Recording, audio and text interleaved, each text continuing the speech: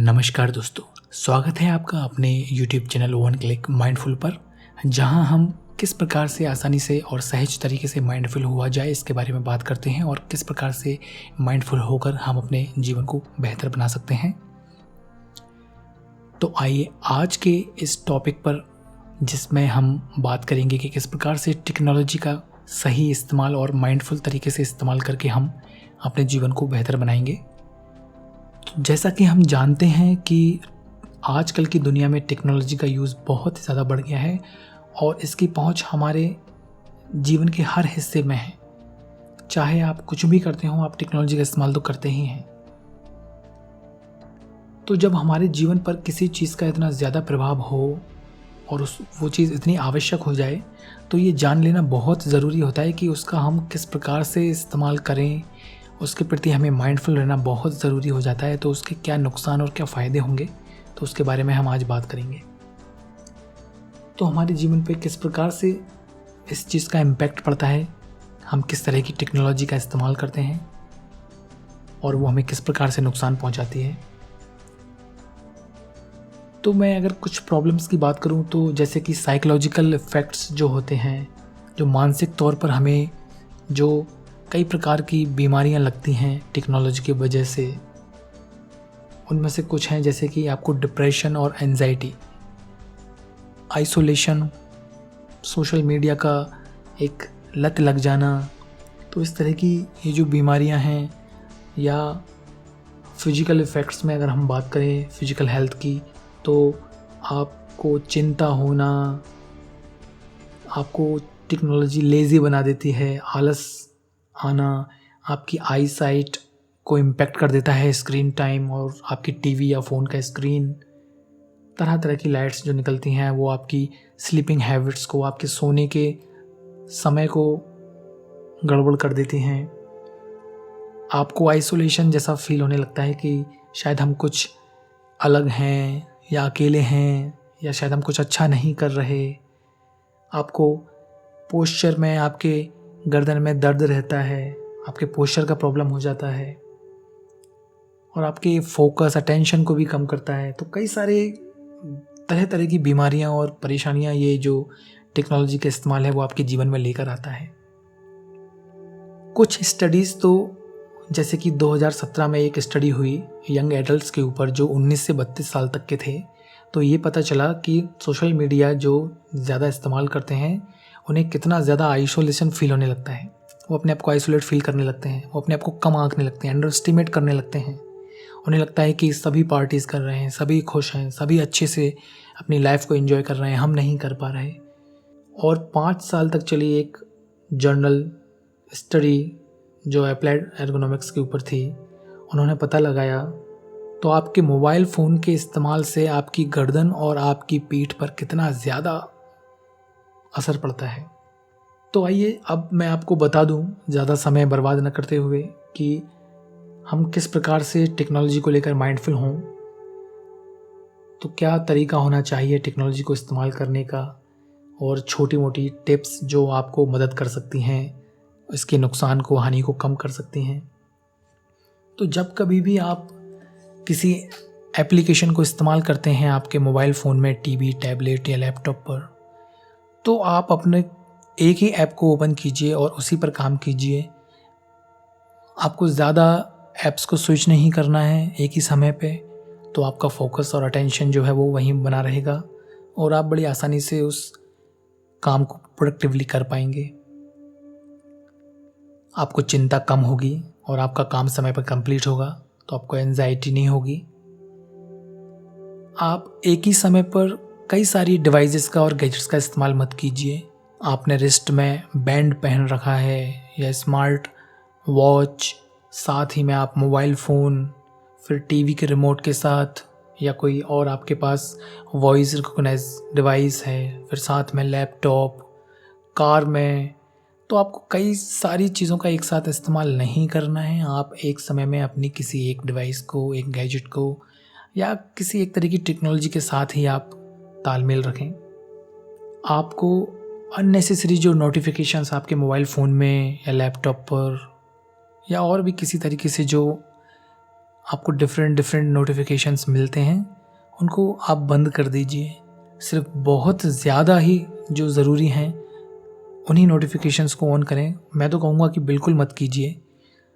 और जब कभी भी आप अपना एक समय बना लीजिए कि आपको किस समय ईमेल चेक करने हैं, आपके नोटिफिकेशन चेक करने हैं या सोशल मीडिया हैंडलर्स को चेक करना है। अपने स्क्रीन टाइम को, जिस किसी भी तरह का जो स्क्रीन है आपका, टीवी, लैपटॉप, फ़ोन, तो उसको कम कर दीजिए और माइंडफुली ये जानने की कोशिश कीजिए कि आप कितना स्क्रीन टाइम आपका है।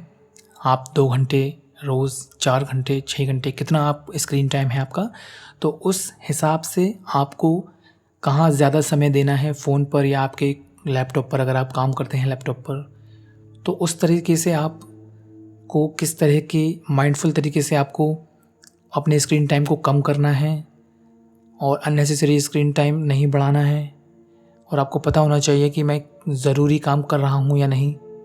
आप किसी भी तरह की डिवाइस को अपने बेडरूम में लेकर ना आए तो बहुत बहुत ज़्यादा बेहतर होगा। और ये कई सारी रिसर्च बताती हैं कि मोबाइल डिवाइसेस और किसी भी तरह की गैजेट्स अगर आपके बेडरूम में होती है तो वो आपको सोने नहीं देगी, आपकी नींद को डिस्टर्ब करेगी।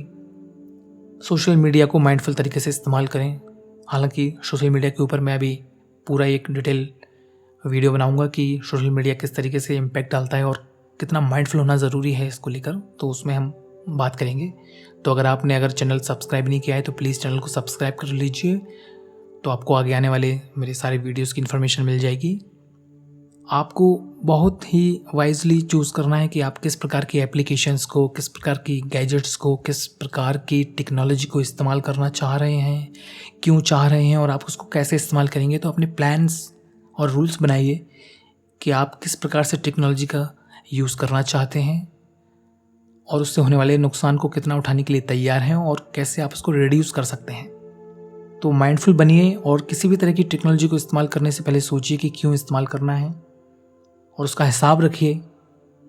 तो कुछ और टिप्स जो मैं आपको देना चाहता हूँ वो है कि आप जब कभी भी रिस्पॉन्ड करते हैं फ़ोन को, किसी नोटिफिकेशन को या किसी और डिवाइस या गैजेट्स के या सोशल मीडिया के मैसेजेस पे, तो आराम से कीजिए।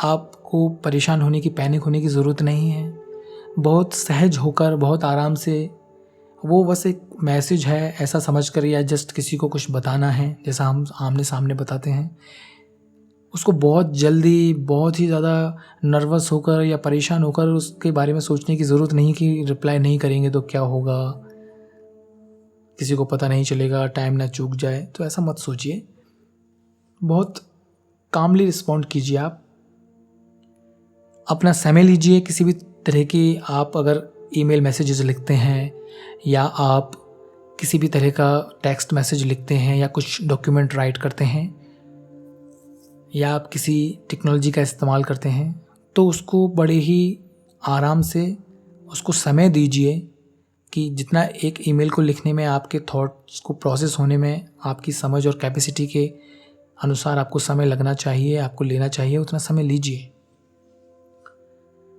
उससे आपकी प्रोडक्टिविटी भी बढ़ेगी और आपको अननेसेसरी एंजाइटी नहीं बढ़ेगी और आपको ये नहीं लगेगा कि मैंने गलत ईमेल तो नहीं भेज दिया, मैंने गलत टेक्स्ट मैसेज तो नहीं भेज दिया।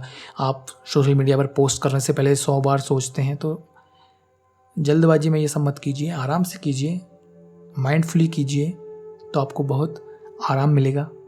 आपको टेंशन नहीं होगी पोस्ट करने के बाद या टेक्स्ट या ईमेल करने के बाद। कई बार हम बार बार उठकर देखते हैं कि हमने कुछ गलत तो पोस्ट नहीं कर दिया, सही है या नहीं, वो हमने गलत तो नहीं लिखा, ये मैंने क्या लिख दिया, किसी और को तो नहीं भेज दिया।